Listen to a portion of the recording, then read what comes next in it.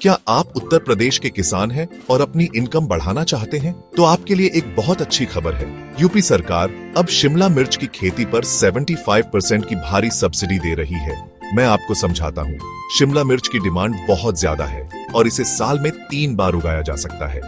आमतौर पर 1 हेक्टेयर खेती में करीब Rs 50,000 का खर्च आता है, लेकिन इस नई स्कीम से आपको सिर्फ इसका 1/4 ही देना होगा, क्योंकि सरकार आपके 75% खर्च को कवर कर रही है।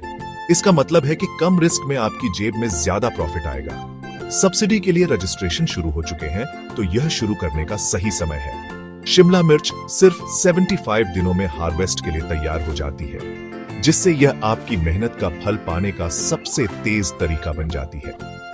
सरकार खास तौर पर गंगा नदी के किनारे वाले किसानों को इस मौके का फायदा उठाने के लिए कह रही है, जिसमें 35 हेक्टेयर खेती का टारगेट रखा गया है।